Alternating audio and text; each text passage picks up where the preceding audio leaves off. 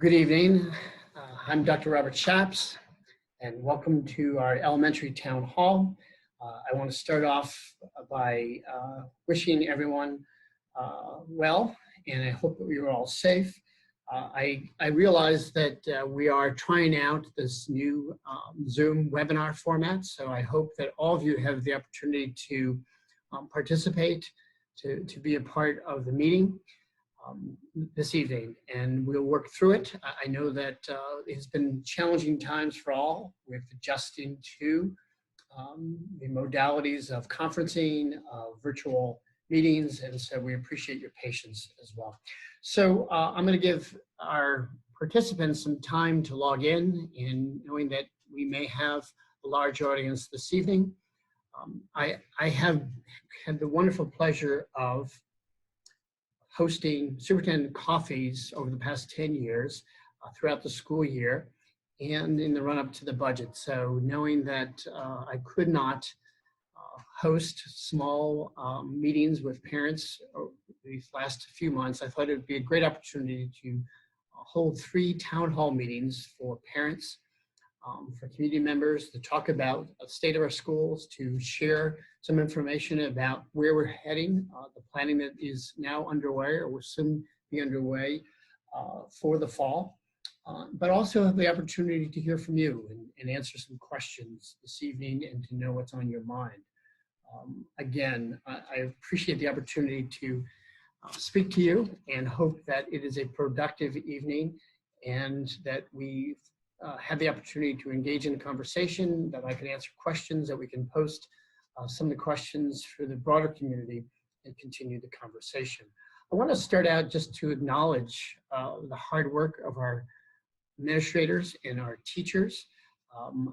This has been a very difficult moment in time, and we certainly appreciate their professionalism, their continuing commitment to students and families, and the difficulty of working under the certainly both the pandemic and economic crisis. I also want to acknowledge that the pandemic and financial crisis has been very difficult on families, on parents, on children. And we recognize that we are in this together. And as I've said it as well, our community certainly have risen to the occasion and will continue to be supportive of one another as we go through this. So let me just talk about the format. So I realize that in a typical superintendent's coffee, I have the opportunity to kind of just provide some information, do an introduction, really share some information, and then respond to questions. And so I'm going to try and manage the questions and answers as we go along, not knowing how many people are here as well. So the first point I want to make overall in our conversation is that we are about to launch into some planning in collaboration with Stanford University's Design Lab School. Given the high level of uncertainty for the fall, we are certainly committed to and trying to understand how best we can prepare for the future without knowing what the future will be.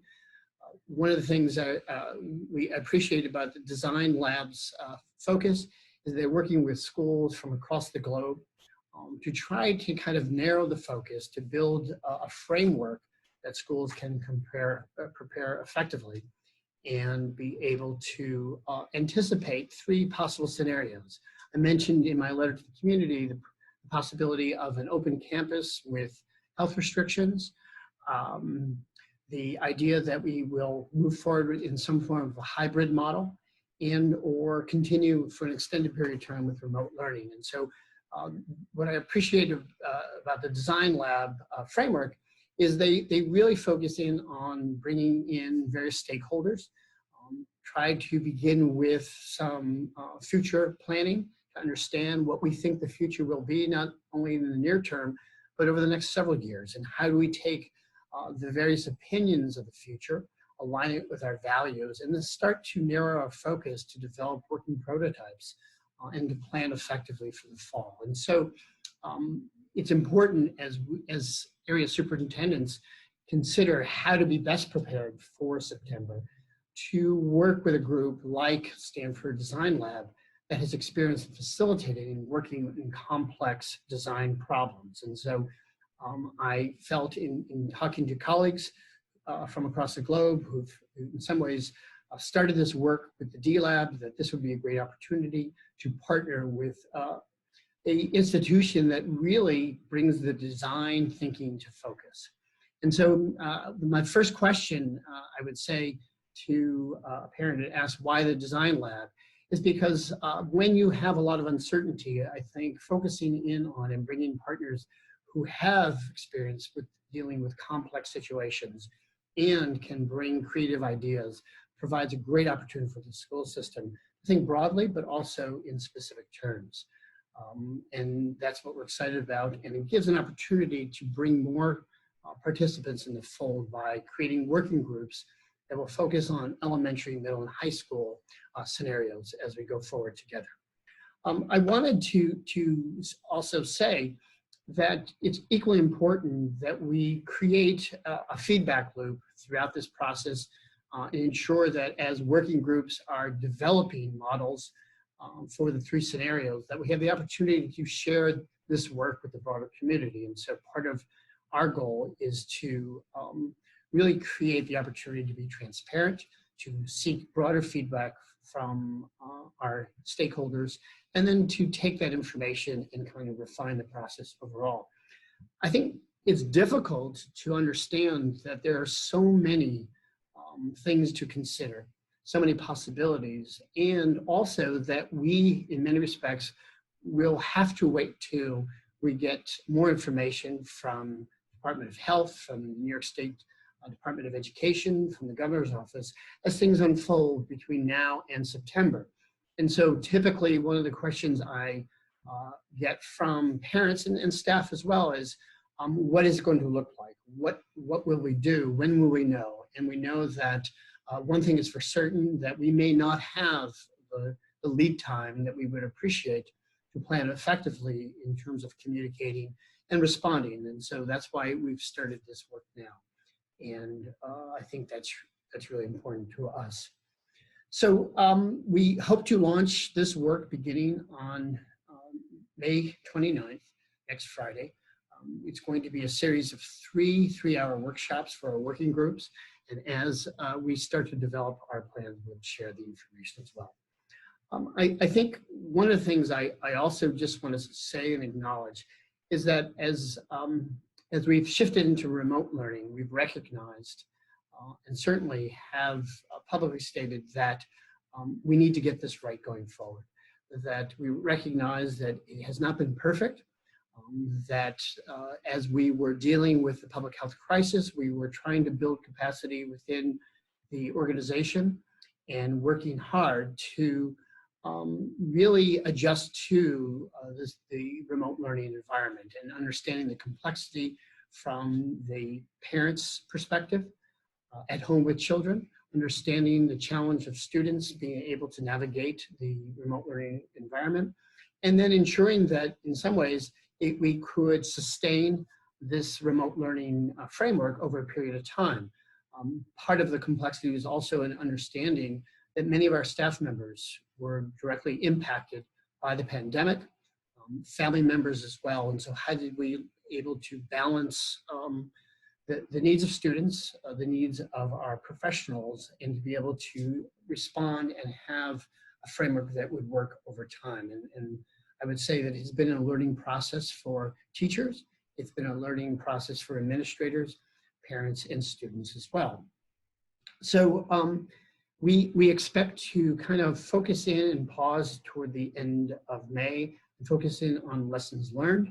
We hope to certainly provide an opportunity for parents to give us feedback throughout the way to gain those perspectives.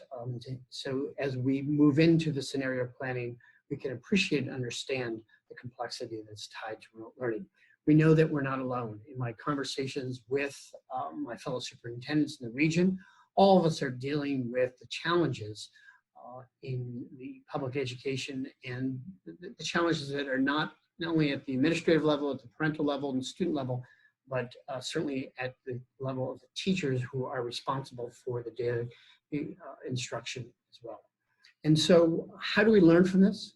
How do we take the best practices? How do we understand the focus on professional development going forward? So what I would say is we do better, we get it right, and certainly we start to understand what it looks like relative to how different remote learning is compared to regular school. That will only help us as we think about possibilities for the fall and what's going to happen down the road. So we appreciate your patience, we appreciate your partnership, and certainly understand that many parents have expressed frustration with the limited amount of synchronous learning. We recognize that certainly there is a strong appreciation and belief that this idea of direct instruction all the time throughout the day is certainly what is most appreciated by parents, and understanding that in a remote setting, the challenges that come from committing to the full schedule as well.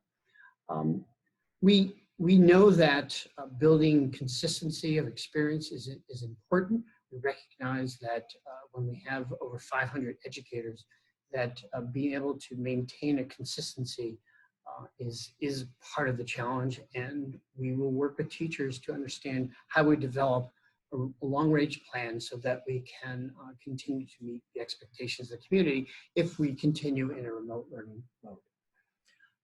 We also, if I can say, and I plan to get to as many questions as possible, understand that the social isolation of our students, the inability for students to really connect with peers is been a challenge for all. And so as we think about the fall and think about our interest in understanding what school will look like, we are cognizant of thinking about how do we attend to the social and emotional needs of our students, their well-being.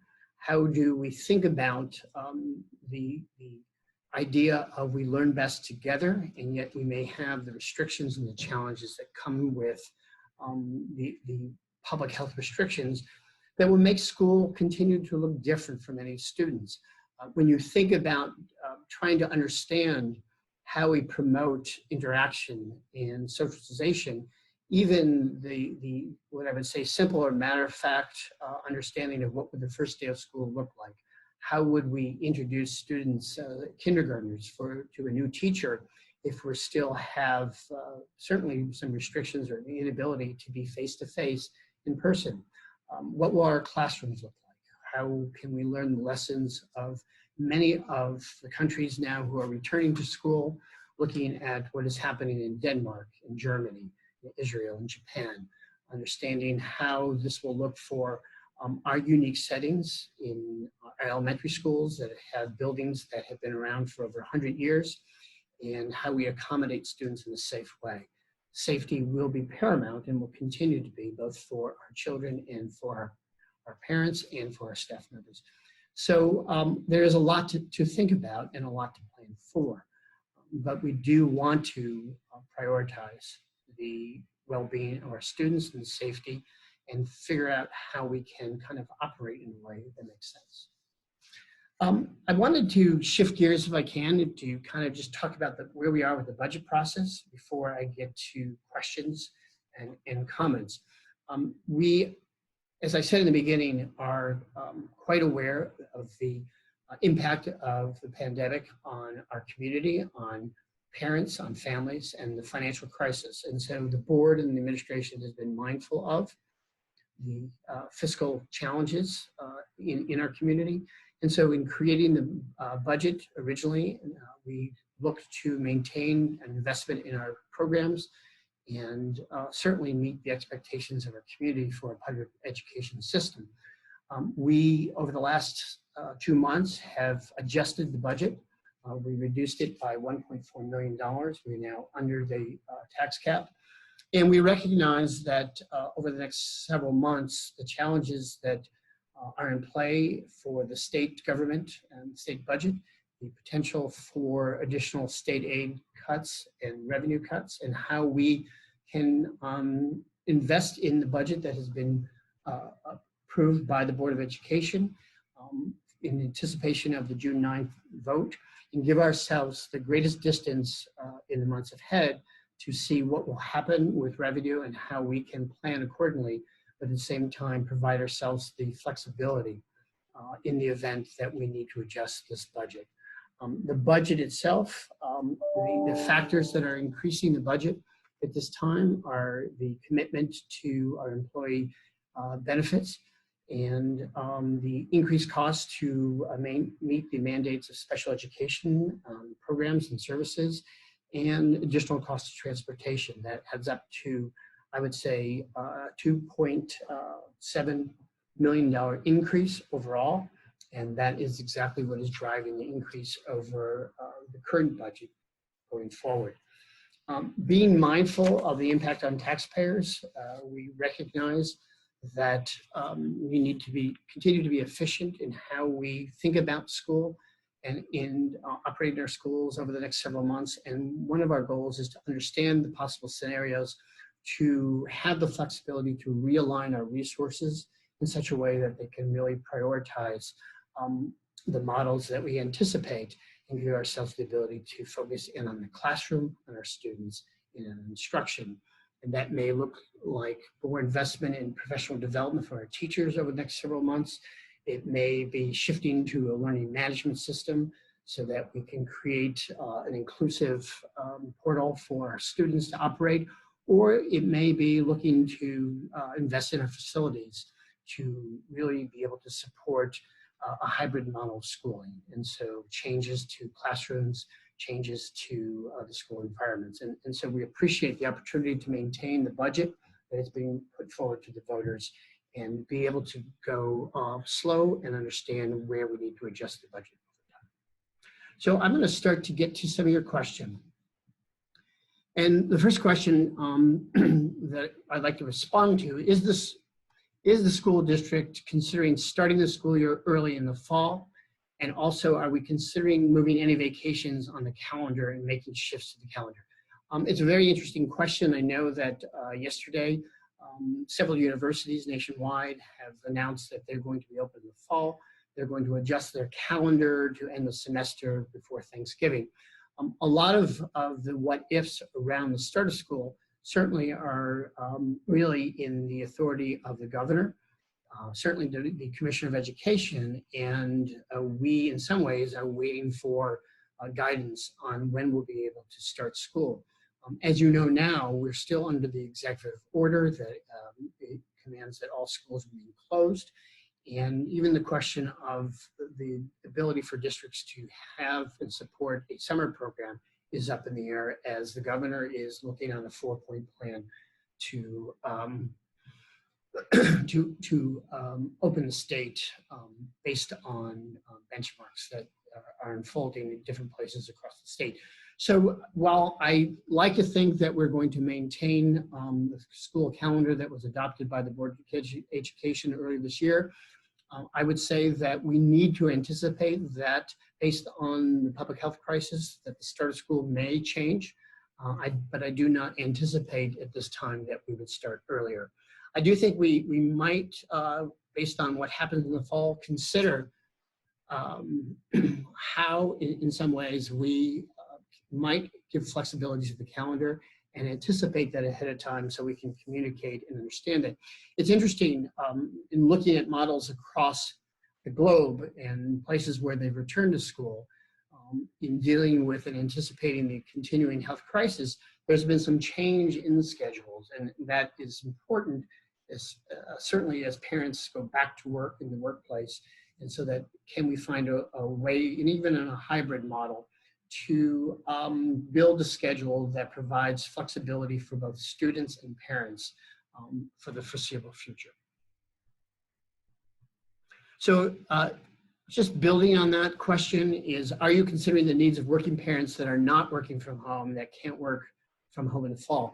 And the answer to that is absolutely. As part of the planning process that will begin next week, one of our interests to have parents be a part of this process is to really appreciate the complexity of family dynamics and to understand how we can accomplish learning either in a hybrid or remote learning environment when parents go back to school. And I think that's why our elected officials are very interested in starting school again, knowing that the economy is going to open up and change, and parents are going to be leaving home. And so how can we continue with remote learning when parents need to commit to working outside the house? So it's certainly a complex issue that we need to figure out and understand it from the parent perspective. So we have a question from someone who lives in the community, who is a real estate agent, wanting to understand how are we anticipating what may be an influx of families coming from New York City to the suburbs and to deal with that. It's really interesting because over the last several summers, we've actually had high levels of new registrants in July and August that we didn't anticipate but planned for. And we do expect each summer to see a large number of new registrants across the system.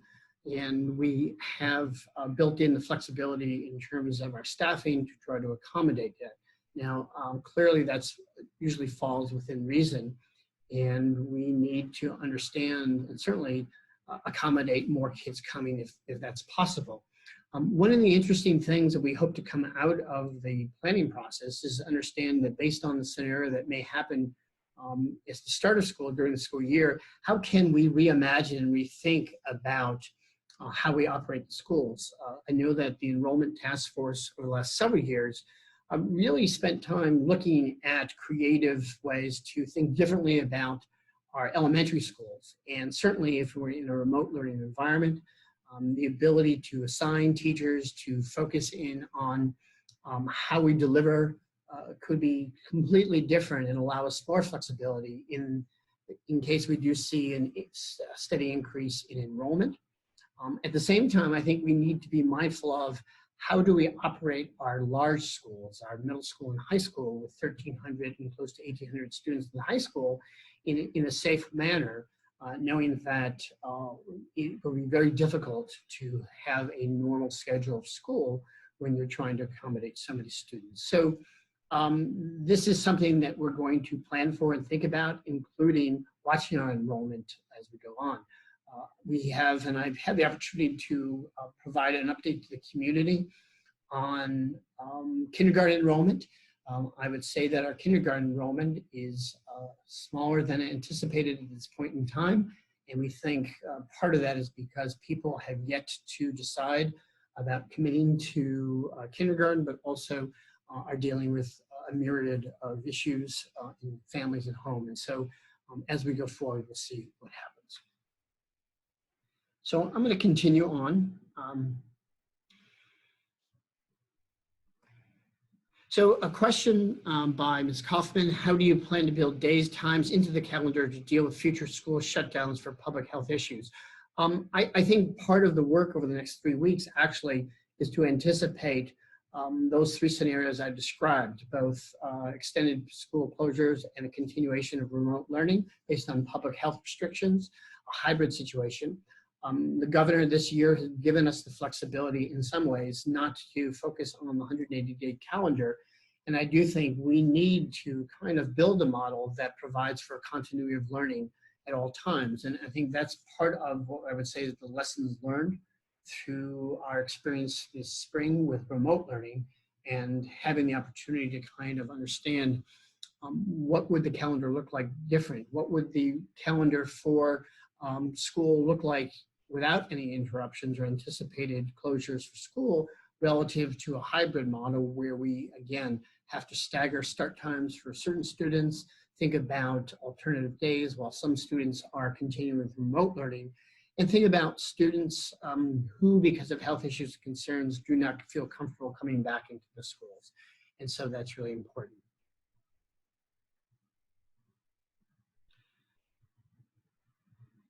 So I think there's been a lot of questions from parents about the remote learning and about this idea of students falling behind and catching up. There's been concerns about families of essential workers who certainly, in some cases, students who are part of the family process of working and have had to, in many respects, be part of the workforce, how we're going to support students in the fall.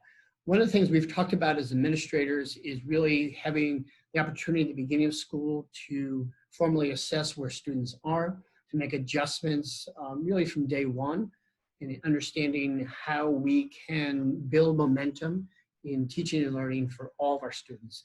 We understand that and recognize that some students have been actively engaged the last several months.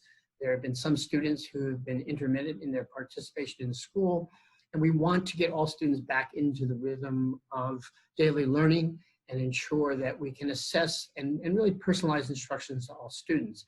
I think as we think about the three models for learning, we need to be able to create the flexibility to attend to the needs of students who need more support, provide for those professionals who can really meet students where they're at each grade level, and get creative relative to providing the support as we go forward. And I think it's going to take a lot of creative thinking to understand how this period of what I would say intermittent or disruptive learning has been, how it has impacted students at each of our three levels, elementary and middle and high school. And I have to also say there's a lot of research about this notion of seat time, that seat time is not necessarily translating to keeping students on track, but we want to, in some ways, look at our curriculum. I think part of the work this summer is going to be to shift to making sure that materials are available throughout the year, that we can make sure that there's continuity of learning despite any challenge that lies ahead. So a question has come in. When we consider and announce the plan for remote learning for the fall, will we find ourselves in a remote or hybrid learning scenario? I think the answer there is we need to plan for both. And I think we really need to understand, and there's been a lot of, I would say, public conversation about what we mean by synchronous learning. In other words, how do we meet expectations for rigor, for really depth of learning and breadth of learning, and understand how to do that well in a remote learning environment. We recognize that the people and parents and students expect regular school to be exactly the same when it comes to remote learning. And I think the challenge for all educators across the country and the globe is to understand that remote learning and how we learn in a virtual environment may be completely different from how we learn in regular school. I think, as I alluded to lessons learned, how do we think about creating the conditions where at least one educator is in direct contact with a small group of students on a daily basis.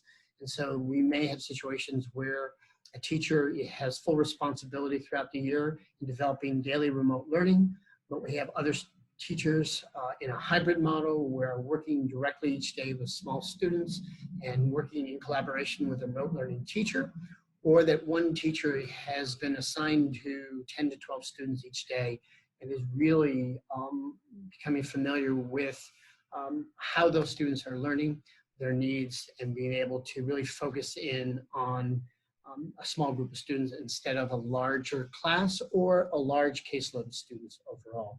And so there's a lot to be discussed and considered as we think about this shift. Question about the budget. If the state is down by 1 to 4 million as you anticipate, is there a commitment to reduce spending as well? And the answer is yes.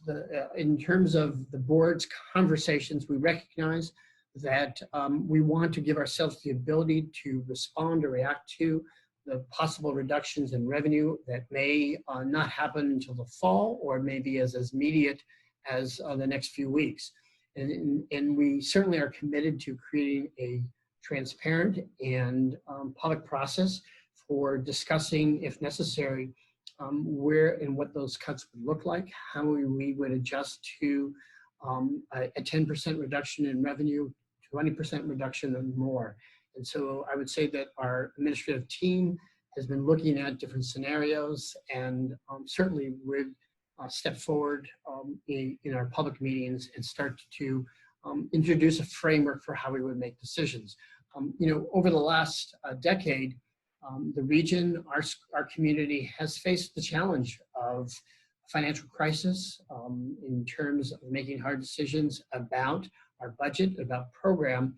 And we understand that committing to a process where there is dialogue and community involvement is critically important. So we anticipate the same thing. It's hard to understand where we'll be and what we'll face with the governor's pronouncement about potential cuts. I would say that the board and certainly the administration all agreed that adopting a budget that allows us to lower the budget as we learn more information provides the flexibility that's necessary to maintain the quality of our schools, but also respond if need be. So I just want to move on to the next question. I got a question about how will we get perspectives from working parents in the planning session to understand the challenges they face. I think we recognize that one, given our collaboration, that the planning phase is more to start the process, and that as we start to narrow and build prototypes and really look at specifics about the areas of teaching and learning, professional development, health and safety, facilities, that we will certainly provide a feedback loop for parents so that there is certainly opportunity for people to share their opinions of how this will unfold. And so while we recognize that similar to the task force process, that we want to bring in as many people as possible, that we need to create an opportunity for more people to share their opinions, to kind of give us feedback, because we know that building trust and certainly support for something that we yet know will look like or what we can plan for is critically important, so that everyone has clear understandings and expectations moving forward. I think, again, lessons learned from the spring in reacting quickly to the health crisis is how do we seek feedback from a variety of stakeholders and then take that in real time and adjust as we go along.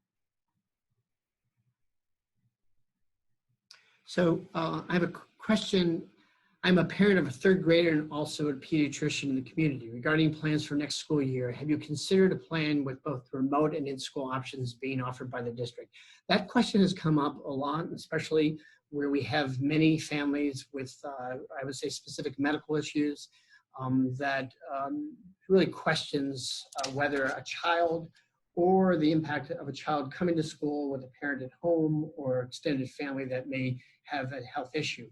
I think we recognize that in the planning the scenarios that we need to understand that we may need to have parallel experiences. Certainly in a hybrid environment, we would, or a blended environment, we would maintain a remote learning structure and have the ability to bring in students on a rotating basis.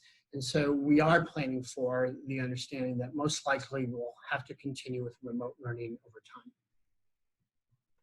So a question by a parent about our dual language program and how this would work effectively in a hybrid model or a homeschool model. We understand and have started to consider how a program, our dual language program, would be directly impacted. And in a similar way, we have our dual language educators meeting with Judy Ravina, who is our administrator who oversees both bilingual education and dual language. And we certainly will communicate with parents of how we will continue to operate this successful program in any of the three scenarios over time.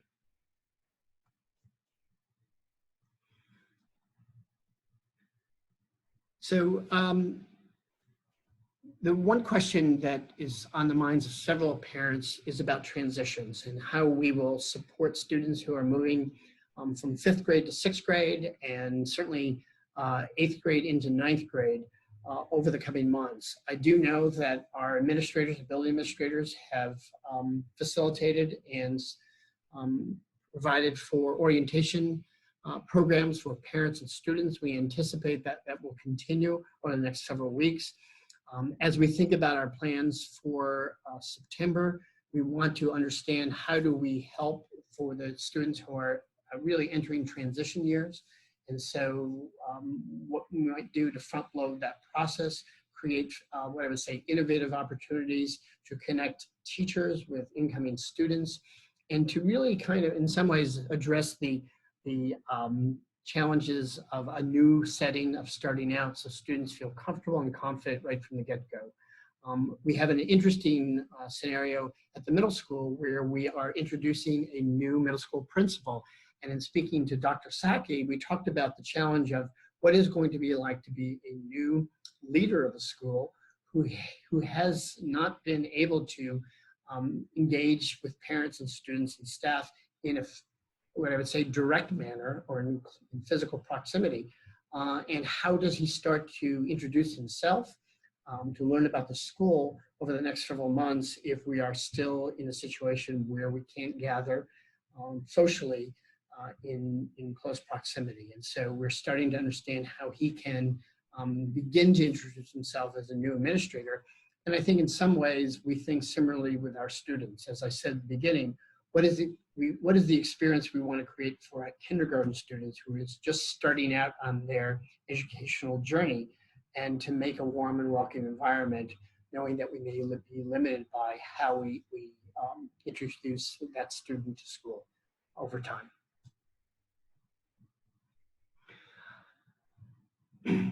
So a question about remote learning and how are we going to kind of improve a teacher's ability to assess student progress and provide feedback. I think that is an essential and important priority going forward. How students, we monitor student work and student academic progress, how we assess students over time, what should those assessments look like, how do we have an array or range of assessments to really focus on student progress and learning. And so I would say there'd be more to come on that as we go forward. The challenge, I would say, is for us to understand that from the perspective of personalized learning for each student.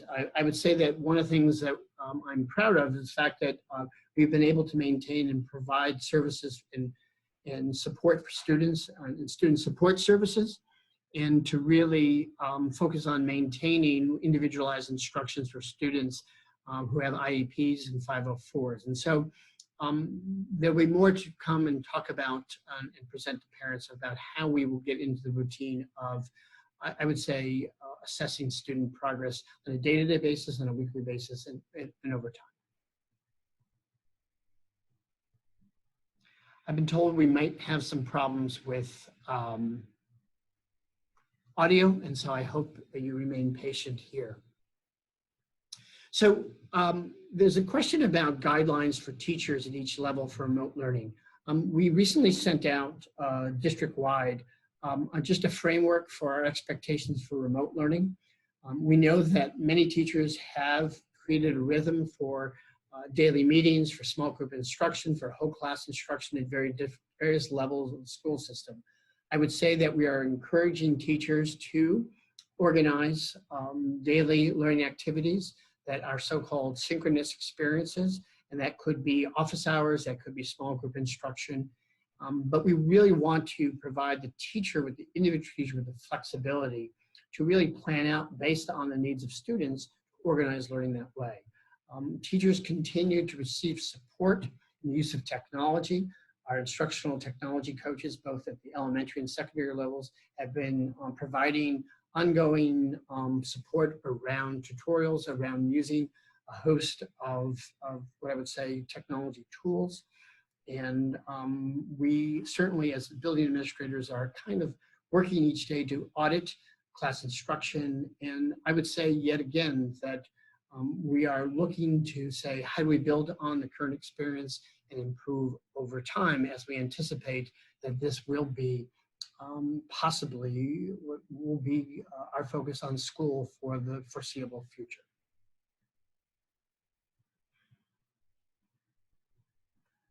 Question by someone who recently filled out the application to participate in our working groups. We had a strong and overwhelming response to parent interest for the working groups with Stanford Design Lab. We hope to get a sampling of parents from the elementary, middle, and high school to really ensure that we can include as many parents as possible in the process. But I think at this point, we've had close to 100 parents express interest in participating. So we know that our first session will begin on Friday, May 29th. And so I would suspect that we will send out notices to parents involved in this by early next week, so people have time to plan accordingly.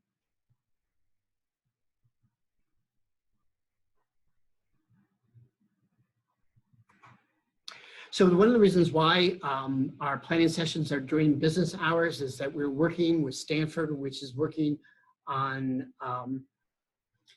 the Pacific Coast time. And so they're trying to accommodate Eastern Standard Time.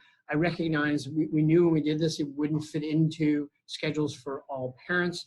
And we certainly are committed to providing as much information throughout this process so people can stay connected to it. It is not a perfect situation, but we didn't want to not move forward in collaboration, even with some of the time restrictions, knowing that not everyone could participate. So a question comes in, will the community have a say in how we return to school in the fall? I think it's important to note that certainly superintendents across New York State will be guided by decisions in opening the schools based on the regional public health situation, on expectations from the Department of Education, on statewide public health, and certainly as superintendents will work with the board to kind of provide recommendations on how to move forward.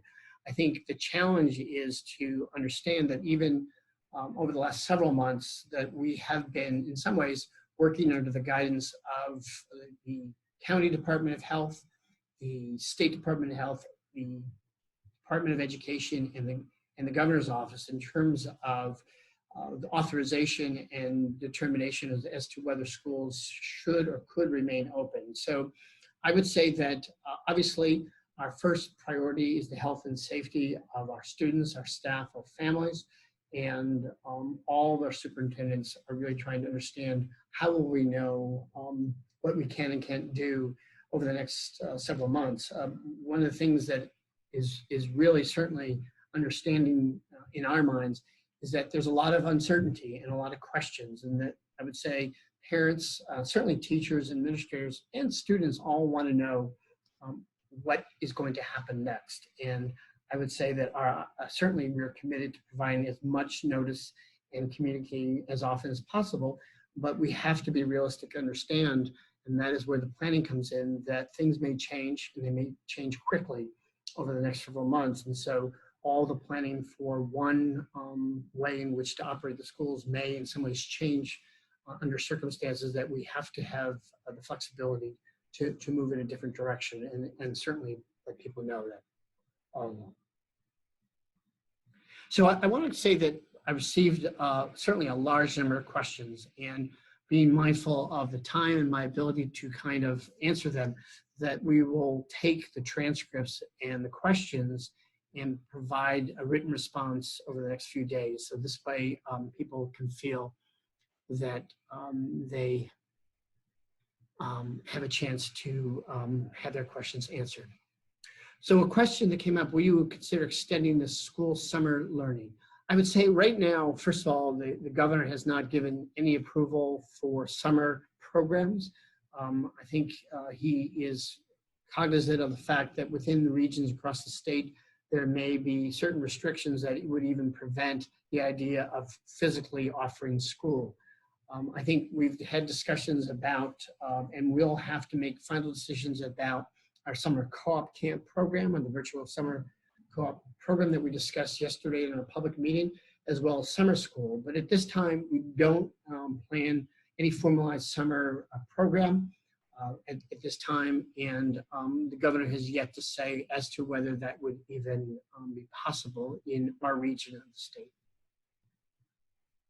So one of the questions that a parent asked is about if we have to return to school with remote learning right from the start, how will we support the personal connection and personal experience between teachers and students?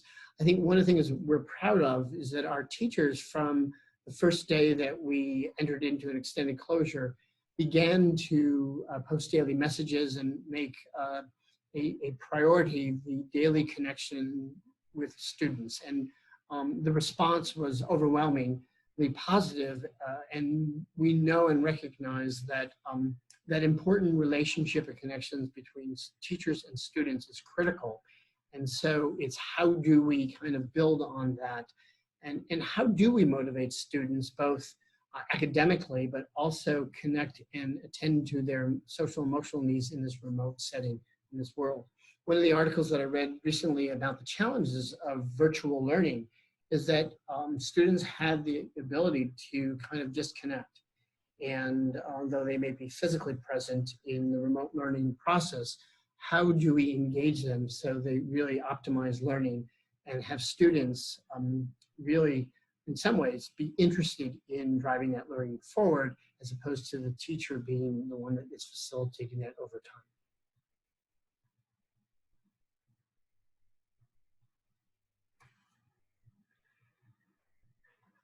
Question is, how will we operate school board meetings if we are dealing with meetings in physical presence over time? I think we really need to consider the health conditions, the public health conditions, and whether we operate in a hybrid or we open regular campus. One of the things that we are studying and understanding is that how do we follow what I would say public health restrictions in a school setting, and we think about the challenges of students moving from class to class or creating classroom environments similar to what is happening in other countries where we are limiting the number of students who are entering the school. What about bus transportation for students who are eligible for transportation? How will we transport them and consider those safety? So I think we are going to have to look at and understand every aspect of schooling and anticipate changes based on public health crisis. That may include students coming to school, obviously wearing masks, and teachers, the commitment to hand washing and just good public health practices that really need to be prioritized. And that has to work for our youngest students and our high school students in terms of setting expectations and ensuring that all students comply with that. We also have to understand the possible impact of the health of our teachers and staff, and how do we anticipate that if we were to return to a serious public health situation, that we can plan for the possibility that some of our staff may be out due to a health emergency, and we need to be able to maintain teaching and learning and deal with that as well. Okay, let me try to move on to answer a few more questions at this time. So give me a second.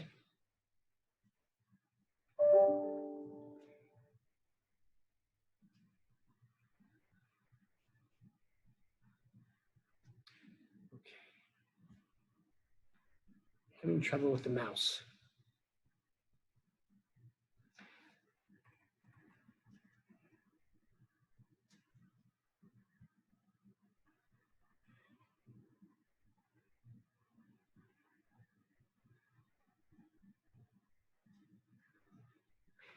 So again, I think there's been a number of questions about how we will account for an extended remote learning environment to shift to more synchronous learning. As I said before, I think our goal over the next several months is to understand how do we shift to understanding a sustained remote learning environment. What are the core expectations that we will share in terms of that framework? How will we prepare and help teachers prepare for what may be a full year of remote learning, and to make the adjustments and understand what school can look like under those conditions, and to be able to communicate that right from the start, and so that there's no there's clarity around that experience and what parents should expect, what students should expect. I think the issue is also we've learned lessons around the challenges of remote learning, making sure that there is equity of opportunity to learn, to address the issues of devices and bandwidth, for families that have multiple children in school. How do parents and students navigate that day, given demands of families, given the demands of students, the ability to provide support to students in a synchronous environment, in a full day of remote learning, or in a hybrid model as well.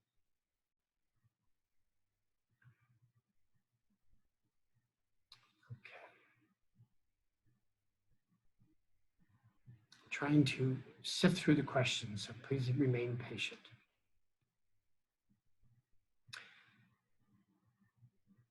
So the question came in, are there specific guidelines for each grade level teacher has to remote learning? I would suggest that we have published a framework for remote learning, and at the elementary, middle, and high school level, we've given teachers the flexibility to work within that framework based on the daily lesson, the week ahead, and giving them the flexibility to organize learning using various third-party resources and provide support for students as they need. We've seen a variety of experiences of our teachers who feel comfortable to have a rigorous schedule on a day-to-day basis, but certainly there is a lesson design. There are expectations about the components of a lesson for all teachers.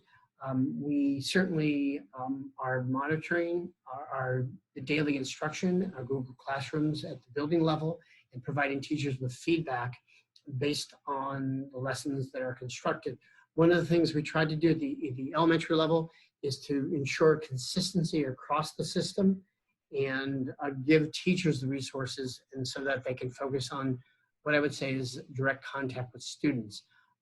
We will continue to ask that teachers maintain direct contact between now and the last day of school, and hope that parents should see some level of consistency across the grade at a school based on that experience. Trying to jump ahead. How advanced is the development of safety plans for returning to school physically? Who is making decisions, and do we have consultants for that? One of the things we've started to do is really look at each individual school building, to audit that building with our director of facilities. We're working with our architectural firm to start to understand the unique characteristics of each school, and to start to, again, plan for scenarios based on what we're seeing in other countries and understanding limitations of our school buildings. And it's very important that we begin this process right away, and that as everything from looking at how many number of desks can fit into a classroom in a particular school, on a particular floor of a building, based on the square footage of that building, how to understand that students would be able to pass or go to different parts of the school. We've talked about giving ourselves the flexibility to have students eat in the classroom based on, again, practices. I anticipate, and we as superintendents know, that the State Department of Health and the boards, the Board of Regents in New York State and New York State Commissioner will present guidelines for the schools to operate safely, that they'll have to be certainly uniform across the state, but give the districts the flexibility to establish guidelines based on the characteristics of their schools, the size of their school buildings, the number of students participating. So we anticipate those guidelines will come to us soon, so we can start to build the models that work in our facilities based on how we think school will unfold over the next several months. I'm trying to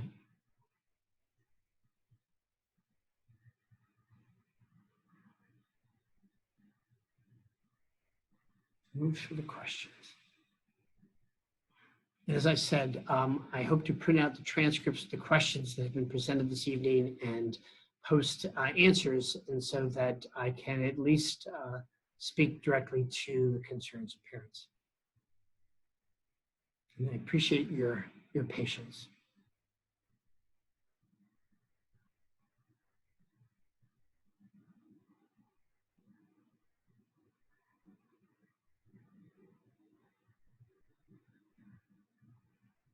So one of the questions that a parent has presented is the question of the importance of teacher-student relationships. And in our planning about placement for next year, have we thought at all about looping? I would say that we would like to come to the planning process with a lot of creativity in thinking about the needs of individual students at all levels of the school system, and to not in any ways limit ourselves to any ideas about how we'll organize classrooms based on the various scenarios. So many parents have brought up the question of teachers being familiar with students and how the idea of looping as one strategy might support students who are coming back to school, knowing that familiar face and really appreciating the experience of the teacher knowing a student over the course of this current year. So I would say it's a great question, and we're going to continue to really keep things open relative to our thinking about how we organize grade levels, how we organize classes within a school, and the strong connection between knowing students and what this means in terms of the transition coming back. What is the plan for parents and students who need extra supports, students under 504, and what measures? I would say that Dr. Nora Mazzoni and her staff of Student Support Services have been certainly working incredibly hard to provide on a day-to-day basis the necessary support for students in a virtual environment.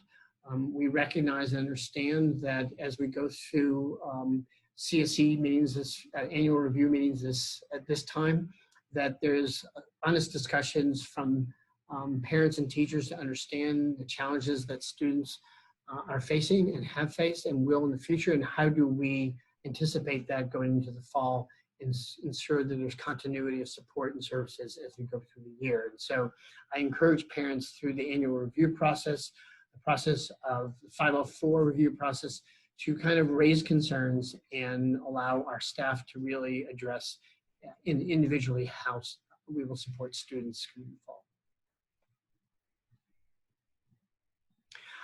Good question. If students are eating in classrooms based on our design, will there be restrictions due to food allergies? And I would say that we have been operating our schools and classrooms for several years now under certainly the concerns for food allergies, and that any kind of transition to eating in classrooms and other spaces will take into consideration food allergies and how we safely operate. It really certainly brings up also the question of taking advantage of outdoor spaces.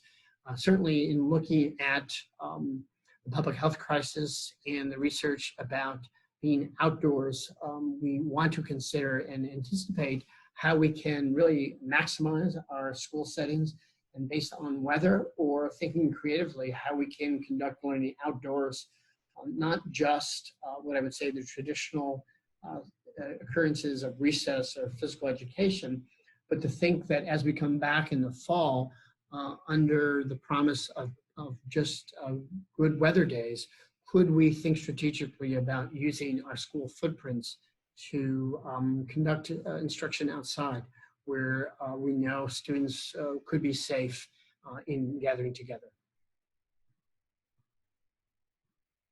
One of the things, question by a parent is about how the whole issue of monitoring student health will come into play.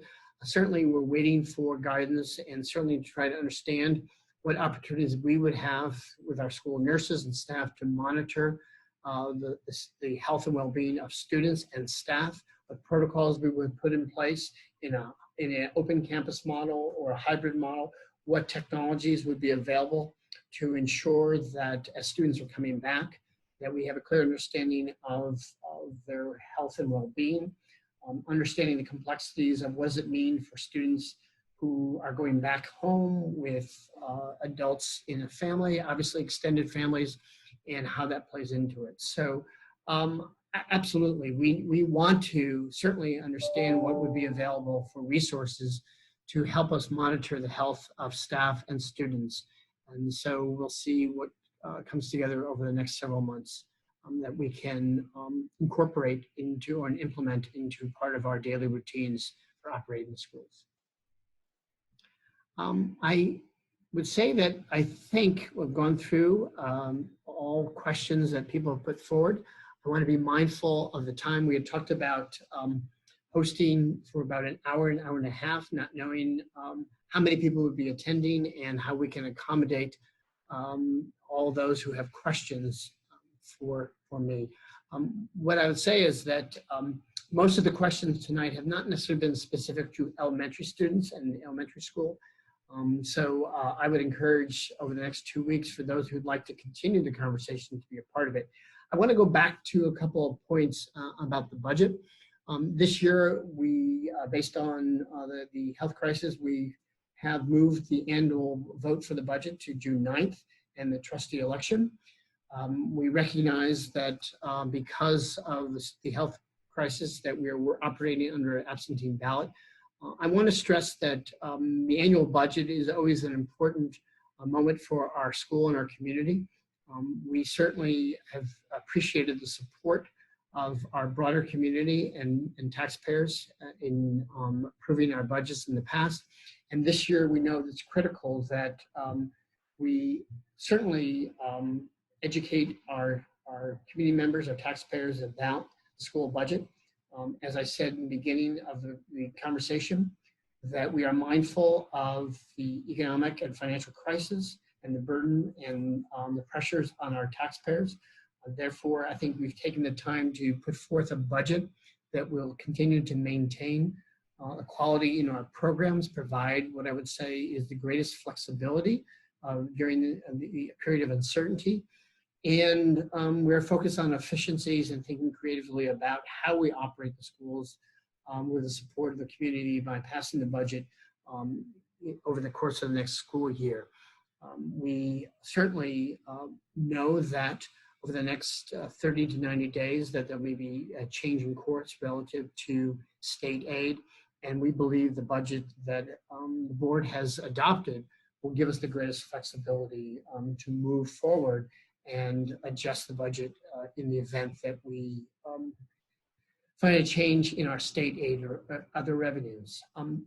I would say that over the past 10 years, in the midst of various financial crises, we've been able to think and be creative in building programs, creating opportunities for students, and asking for the community to invest in our schools. And I think when I think about where we are today and certainly the pandemic, I said a few weeks ago at the presentation at the summit that programs like our Regional Science Research Program speak to the value of our school system and the potential of our students. And how do we recognize that by investing in programs where students can explore a passion in research, know that experience may lead to the next scientist who will solve a worldwide pandemic, or really produce an engineer who may create something that will help us really be safe during a crisis as well. And so when we think about the operating budget, we think about the experience of our students, the programs, the opportunities that will allow our students to thrive in a very complex and uncertain world and have the confidence in their abilities to really not only explore their passions, but have the opportunities to make a difference. And so that really defines our school system, our values, and what we hope for. And so I would say to all of you to really do your part to understand the budget, to participate, and understand that how critical the budget is to how we invest in our schools. The last thing I would say is we are unsure of the budget timeline on the June 9th vote and the challenge of a revote and or a contingency budget. I will say that if the community would not support the budget, the greatest danger is that we would move to a contingent budget, which would require us to reduce the budget by $4.5 million and create restrictions. And so I want taxpayers and community members and voters to be mindful of the commitment to our programs, the wide range of experiences for our students, the challenges we face going forward with a level of uncertainty, and how important the budget is based on our plan to operate the schools and operate them safely, but also to ensure that we have the learning experience for students that we hope for and plan for as well. So with that, I'm going to end the town hall conversation. As I said, I will do my part to respond to all the questions. I thank you for your participation this evening. I know that we'll continue to certainly provide as much information in real time as we can. I'm committed to, as well as the Board of Education, and I appreciate their hard work and support to really being transparent and seeking feedback from our parents, our teachers. I do want to recognize, as I did in the beginning, the commitment and professionalism of our teaching staff.